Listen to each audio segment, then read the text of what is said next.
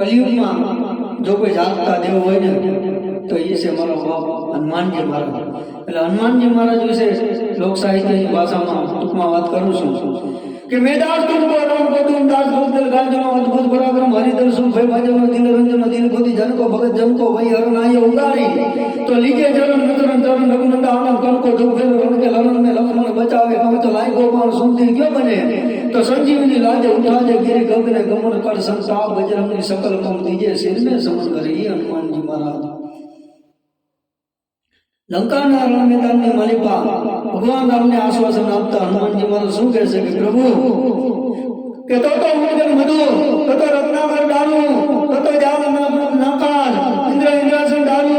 કો સમક સકલ બજો શબ્દ ત્ય કો મારું હનુમાન કંસુ રામ પ્રભુ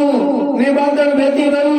त्यागी लंका ऊपर रावण समय दक्षिण से उत्तर धरूं है कि प्रभु તમે જો હુકમ આપો ને તો આખી લંકાને વખરી છે તોના પહાડ ઉપર ફેંકી દઉં